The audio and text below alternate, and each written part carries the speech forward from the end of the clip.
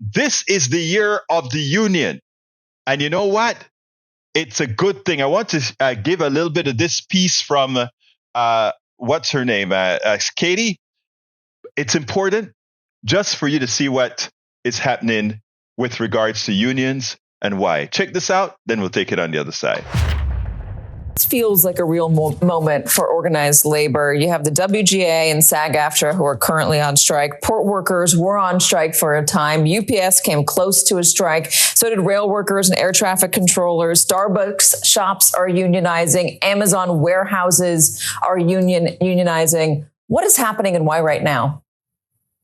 Sure. There's a lot of factors in play, Katie. And I think you begin with the reality of the pandemic. The pandemic was a shockwave through our society. And one of the things it did was to show workers that they make a lot of sacrifices, but they don't necessarily get benefits from that.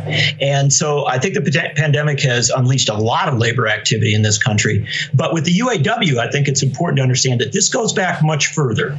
This is a union and the members of this union that really sacrificed in order to save the industry back in 2008, 2009.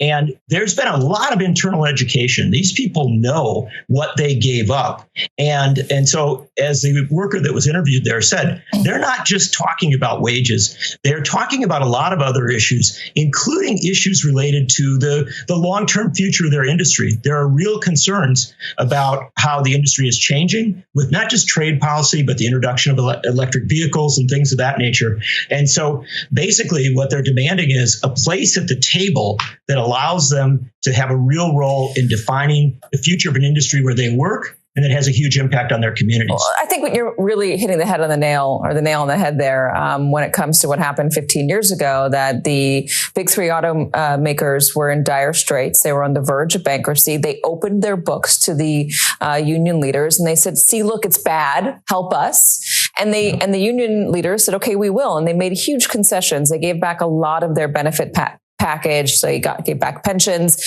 for a lot of workers. They did a 2-tier system. It was not great for them, but they did it on behalf of the company. There have been record profits since then. And now they're saying, hey, we want a piece of that. But what they're asking for, the auto companies say is too much, that Ford says it'll put them into bankruptcy, number one. And number two, and part of the reason they say it's too much is because when they pay that much for labor, they are less competitive with companies that don't have those sorts of labor demands. They're less competitive with foreign companies, even some domestic companies who don't have unionized workers, especially those on the EV front like Tesla.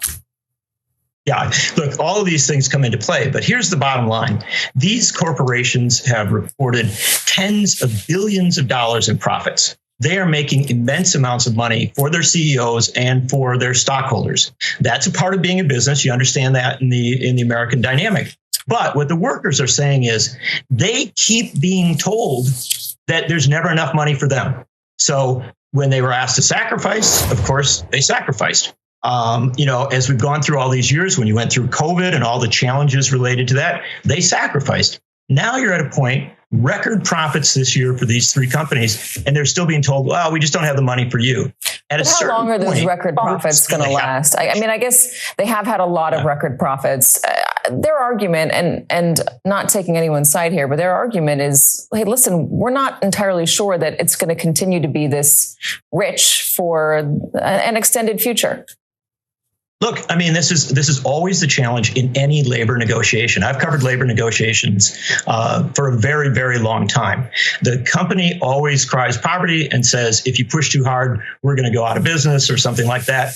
The workers push for what they see as a fair settlement. Yeah. In this case, I think the bottom line is that these workers are very conscious of their situation. They haven't been, led out by their union leadership without a lot of information. Sean Fain was elected to do this strike. He was elected to, not necessarily to strike, but at least to demand enough that if there was a need for a strike, it would happen.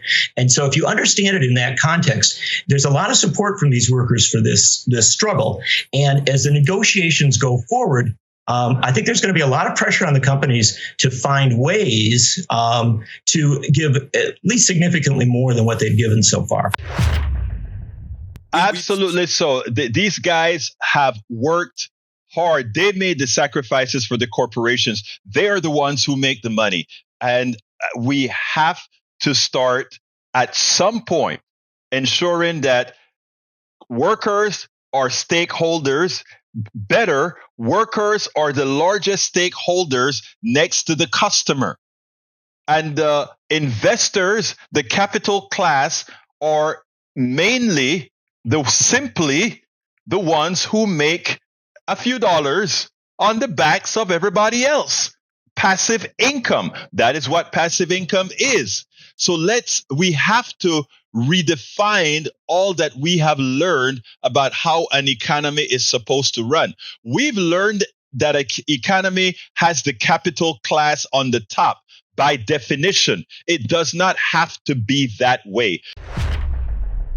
We spend a lot of time deconstructing the news, trying to parse it into a form that everybody can understand. We try to find those little nitpicks where it flies above the fray, etc. If you really like these videos that we do, I want to ask a big favor. Please go ahead. Number one, subscribe to our channel. And number two, please join if you can. Thank you so kindly for watching. Keep watching. Please remember to share. We must populate the entire internet with our progressive message, a message that we know is what most Americans say that they want. So help us, please join.